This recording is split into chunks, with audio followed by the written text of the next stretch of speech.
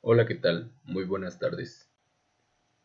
Nosotros somos el equipo de Aristóteles, integrados por Acosta Rosales, Leslie Jocelyn, Bautista Aparicio, Héctor Félix, Vilchis Pérez Vanessa, Villalobos Luna Jerico y su narrador Hernández Díaz Bryan, de la UEA Doctrinas Políticas y Sociales 1, impartida por el profesor Mario Rosales Betancourt del grupo JAT 14. Nosotros les daremos un breve recorrido acerca de los aspectos más importantes tocados por Aristóteles, al igual que un poco de su biografía. Buenas tardes, mi nombre es Vanessa Vilchis Pérez y les voy a hablar un poco de la vida de Aristóteles. Aristóteles es considerado junto a Platón el padre de la filosofía occidental. Sus ideas han ejercido una gran influencia sobre la historia intelectual de Occidente por más de 2 milenios. Nació en el año 384 a.C. en Estagira, al norte de la antigua Grecia. Su padre, Nicomaco, era el médico oficial de la corte del rey Amintas III de Macedonia. Tras la muerte de sus padres en el año 367 a.C., y con tan solo 17 años de edad se trasladó a Atenas, donde entraría en contacto con la Academia de Platón, en la cual permaneció 20 años de su vida, primero como estudiante y después como profesor. Podemos observar que al inicio estuvo influido por el pensamiento de Platón, ya que sus principales escritos están en forma de diálogos, pero después comenzaría a criticar estas ideas. Tras la muerte de Platón, la academia pasó a manos de su sobrino. Por ello Aristóteles dejó la academia y fue a visitar a su amigo Hermías, rey de Aterneo, el cual tenía una hija llamada Pifias, con la cual contrajo matrimonio y tuvo una hija. Pero tras una invasión sería asesinado su amigo, y su esposa quedaría gravemente herida, partiendo así a la isla de Lesbos, lugar donde moriría Pifias. Como una forma de consuelo, Aristóteles comenzó a estudiar las plantas y animales que se encontraban en ese lugar. Un día un emisario llegó con un mensaje del rey Filipo II de Macedonia. Al acudir a ver a su viejo amigo de la infancia, éste le pidió que se encargara de la educación de su hijo Alejandro III de Macedonia, el cual sería después conocido como Alejandro Magno, un gran conquistador, el cual le ayudó a regresar a Atenas en el año 335 y fundó su academia, llamada el Liceo. Aristóteles volvió a juntarse con una mujer llamada Epilis, proveniente de Estagira. Con esta tuvo un hijo al cual nombró Nicodemo. Pero tras la muerte de Alejandro Magno las cosas empezarían a empeorar para él. Es por ello que se exilió a sí mismo y así murió en Calcis Hebrea a los 62 años de edad en el año 322 a.C. A continuación voy a mencionar algunas de sus obras más importantes. Algunas de las obras son Metafísica, que trata sobre los principios fundamentales de lo que está más allá de lo visible y de lo físico. El Organón, que es un conjunto de libros de lógica, varias obras de biología enfocadas en los animales. La Ética a Nicomaco y la Ética a Eudemo, que analizan el comportamiento moral del hombre. La Política, la cual analiza la dimensión social y política del ser humano. Física, obra que tiene por objeto el estudio de la realidad que contiene en sí misma, el principio de su movimiento o cambio. Y por último una obra titulada Poética, de la cual solo se conservan pequeños fragmentos.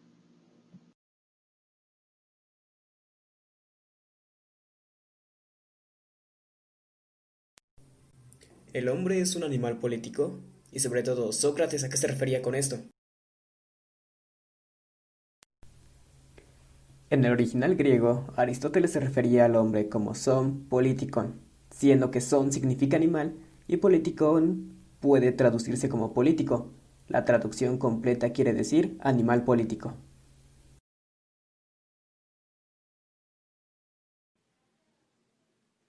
El hombre es un animal político. Es una de las frases más conocidas de Aristóteles.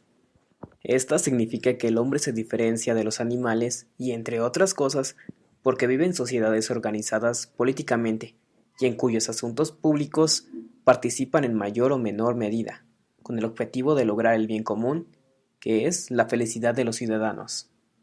Esta afirmación como tal es clave en el pensamiento filosófico de Aristóteles, pues plantea que el hombre no puede ser concebido fuera de su relación con el Estado en su condición de ciudadano.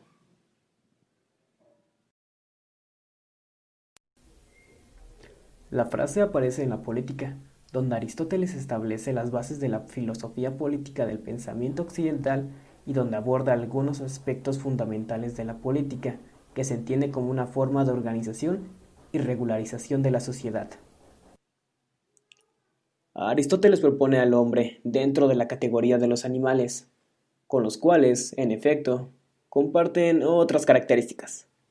El hombre, por ejemplo, es un ser gregario, social y que vive en comunidades.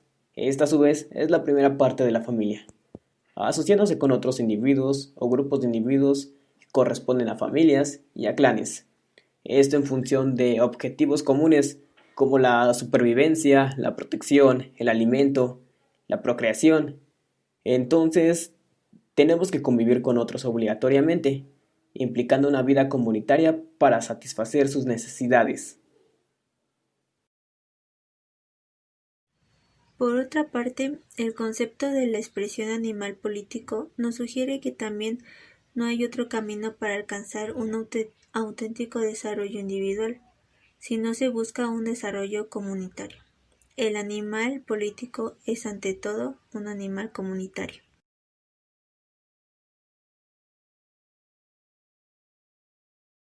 Por muy paradójico que esto parezca, el sujeto individual puede llegar a madurar como un sujeto solo en el ámbito de una comunidad, pero la familia es la que inicia este proceso de maduración humana en sus diversas dimensiones. Sin embargo, se opina que la familia no es suficiente para que esta maduración se lleve a cabo a sus más altos niveles de perfección. Es necesaria, por eso, la existencia de una comunidad en la que se pueda acceder a una variedad de servicios que ayuden al crecimiento de las capacidades intelectuales, morales y técnicas del ciudadano. Esta comunidad es la llamada polis, que de ahí proviene su nombre, comunidad política. No obstante, el hombre se diferencia del animal en diferentes aspectos. El hombre puede hablar, esto es que se puede comunicar a diferentes niveles de complejidad con sus iguales, lo que a su vez significa que necesita de los otros para comunicarse, expresar sus sentimientos, emociones y pensamientos. Entonces, el hombre posee el uso de la palabra. Los animales, en cambio, solo poseen la voz, que les permite expresar el placer y el dolor. Pero la palabra es mucho más amplia de lo que parece, ya que nos permite expresar qué es bueno y qué es malo, qué es justo y qué es injusto, pero sobre todo, categorizar sobre las cosas. La riqueza del lenguaje es la razón por la cual Aristóteles da la idea de que el ser humano se puede conectar y vincular con otros.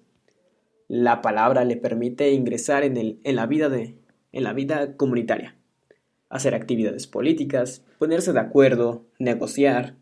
Por lo tanto, la palabra es la base y fundamento de la relación de los seres humanos, cosa que los animales no poseen.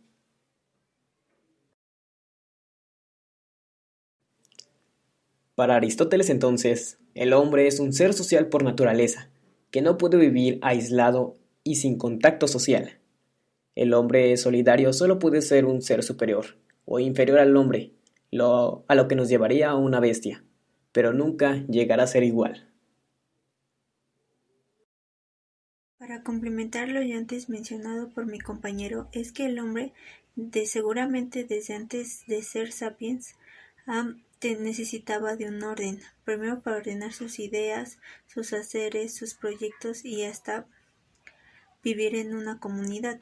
Aristóteles observó que los seres humanos tienen tendencia natural a formar unidades sociales, se juntan para formar familias, para las familias formar aldeas y las aldeas formar ciudades. Aristóteles dice que el hombre es un ser que necesita de cosas y de los demás, y por lo tanto es un ser pobre e imperfecto, en busca de la comunidad para lograr sentirse completo. Eso no quiere decir que tenga una tendencia natural hacia las actividades de la política en el sentido moderno de la palabra, sino que su naturaleza le impulsa a vivir socialmente en una polis. En esta línea de pensamiento es que se ha llegado a afirmar que el hombre es político por naturaleza.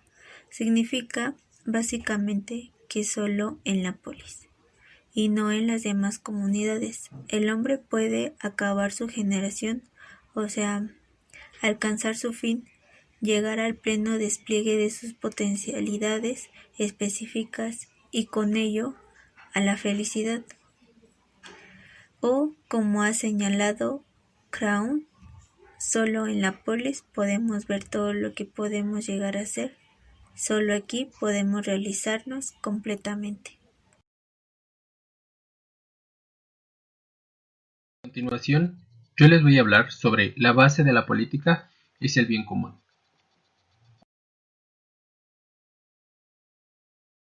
Para Aristóteles, son tres los elementos que constituyen el bien común: las condiciones sociales de la paz, la justicia y la libertad.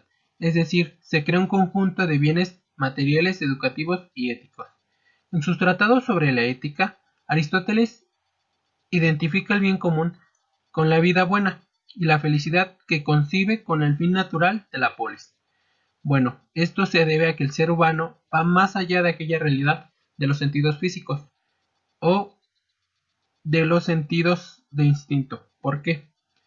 Porque este es un ser racional que es capaz de reflexionar, pensar y vivir, aunque elige si en los vicios o en la virtud. También tiene la responsabilidad moral de ser feliz en comunidad y de tratar que otros sean felices. Para Aristóteles, la virtud es una disposición voluntaria que es adquirida, que consiste en un término medio entre dos extremos malos, el uno por exceso y el otro por defecto. Las virtudes éticas solo se pueden conseguir en el seno de una adecuada organización política, a la cual se subordina la ley, a su vez las costumbres y por último a la educación que dependerán de estas. Es decir, para que exista un bien común, la sociedad debe ayudar a que ésta se logre, no solo en el aspecto político o económico, sino en todos los aspectos, desde un buen lugar para vivir, un buen trato, una buena organización.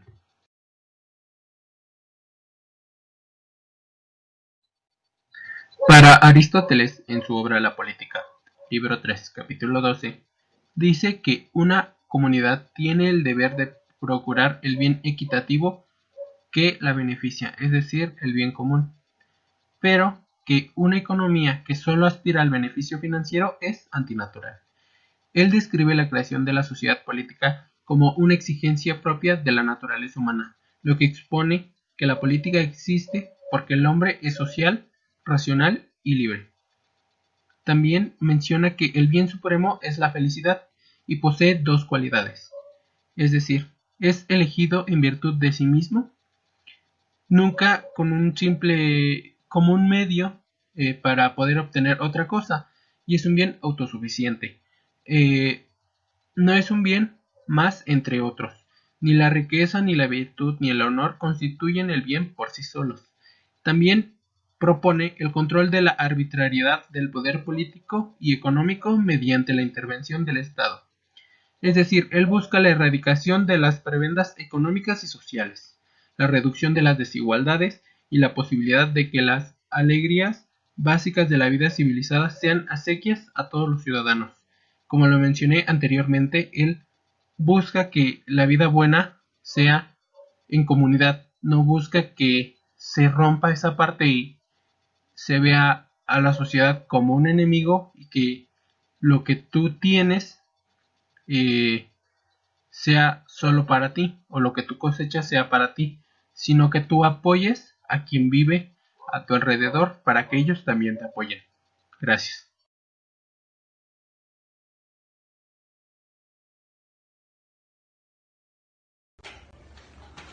Hola, buenas tardes. Mi nombre es Jerico Villalobos y hoy les voy a hablar de lo que son las formas de gobierno puras según Aristóteles.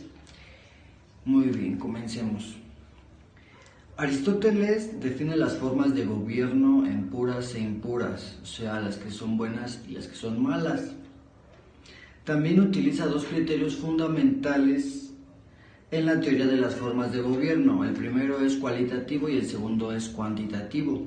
El primero nos habla de la naturaleza de los gobiernos, si son buenos o malos, y el segundo determina la cantidad de gobernantes, uno, poco o muchos. Ahora, lo que diferencia una forma de gobierno pura de una impura es el hecho de dejar de gobernar para el bien común y de utilizar el poder en beneficio exclusivo de una parte y no del todo. Ahora les mencionaré las formas de gobierno puras según Aristóteles. Y en primer lugar tenemos lo que es la monarquía. La monarquía es el gobierno de una sola persona, ejerciendo el poder un rey o un monarca, pero tiene en vista el beneficio común de su pueblo. En segundo lugar tenemos lo que es la aristocracia. La aristocracia es el gobierno de unos pocos que ejercen el poder en beneficio del bien común. Es el gobierno de los mejores intelectualmente hablando.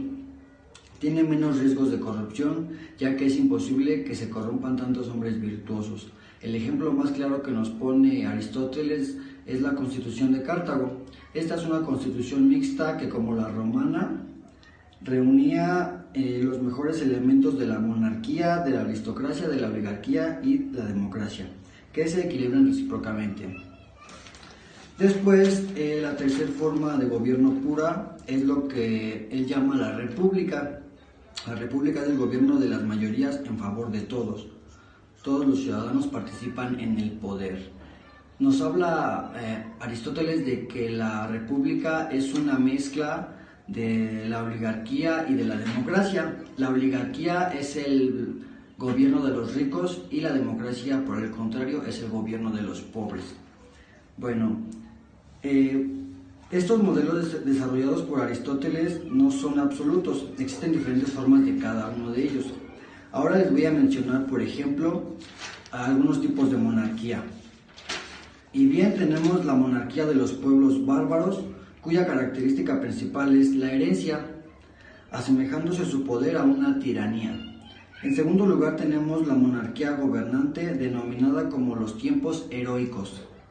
Y los fundadores fueron bienhechores del pueblo que destacaban tanto en el arte como en la guerra y se convirtieron en reyes gracias al consentimiento de su pueblo.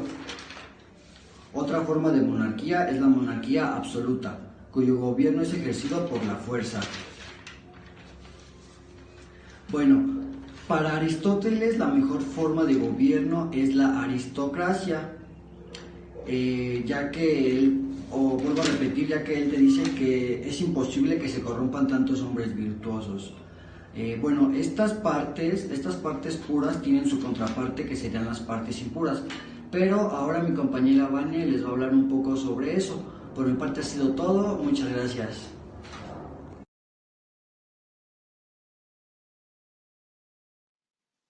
Gracias, compañero. Aristóteles nos presenta tres formas de gobierno impuras. La primera es la tiranía, que es la degradación de la monarquía. En esta el poder se sigue concentrando en una sola persona. Sin embargo, esta solo busca su propio beneficio. Por lo tanto, no toma en cuenta las opiniones de otros, abusa del poder que tiene y las leyes no lo limitan. A esta persona se le suele denominar tirano, quienes han sido fundamentalmente demagogos. En la antigua Grecia pudimos encontrar estos gobiernos tiránicos entre los siglos VII y VI a.C. En segundo lugar tenemos la oligarquía, que es la degradación de la aristocracia.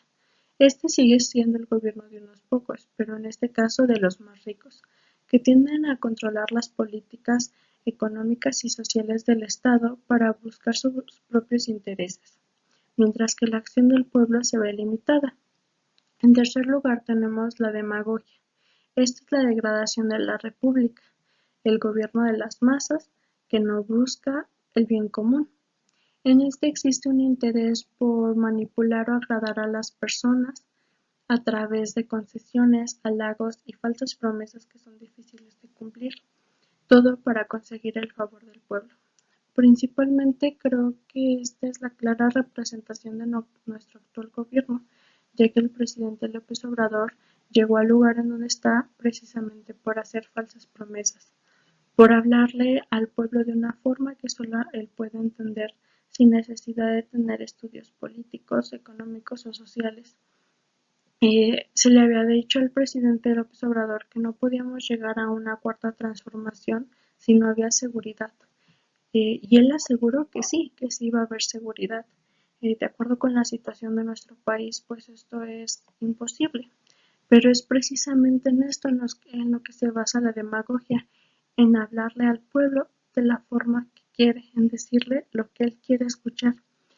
Bien ya lo había dicho una vez Abraham Lincoln, la demagogia es la capacidad de vestir ideas menores con ideas mayores. Por ello creo que si va a haber una transformación, es necesario comenzar a salir de esta degradación de la República. Gracias.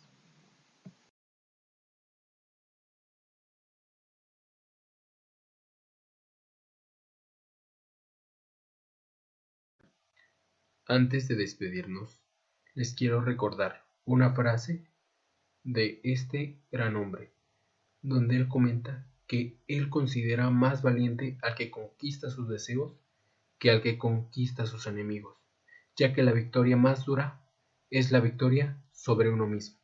Por su atención, muchas gracias y que tengan excelente tarde.